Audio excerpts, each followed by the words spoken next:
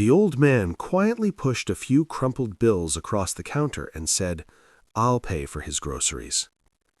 The young man in front of him had been standing there for nearly a minute, staring at the screen while the cashier repeated the total, $42.17.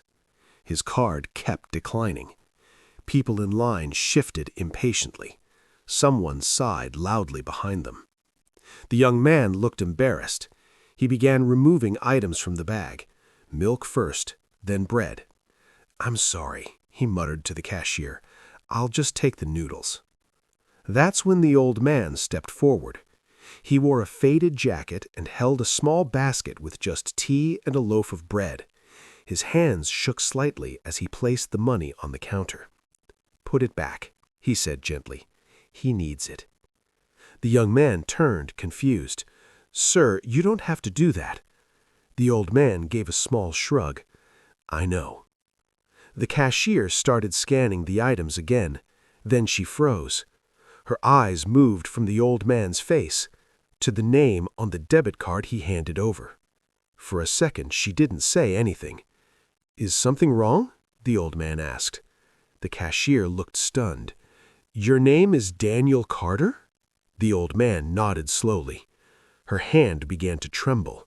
"My mom, she used to talk about you all the time," she said quietly. The line behind them fell silent. 20 years ago, she was a single mother, pregnant, broke. She came through this exact store line, and her card was declined.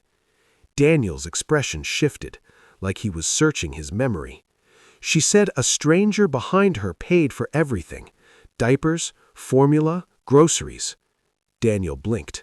The cashier's eyes were now wet. "She told me that moment saved her. She said that man didn't just buy groceries, he bought her hope." The old man looked down at the counter, almost embarrassed. The cashier swallowed. "That baby she was pregnant with?" She paused. "Was me." For a moment, nobody spoke. The young man, whose groceries had just been paid for, slowly pushed the bags toward Daniel. "Sir," he said softly, "looks like your kindness has been working overtime." Daniel gave a tired smile. "I guess it just keeps going." The cashier wiped her eyes, finished the transaction, and handed him the receipt, but Daniel waved it away. As he walked toward the door, the young man called after him, "Why did you help me?" Daniel stopped for a second. Without turning around, he said quietly, "Because someone always needs it more than they show." Then he stepped outside, leaving the store strangely quiet. And everyone in that line suddenly wondered the same thing. If you had been standing there, would you have done the same? Thanks for watching.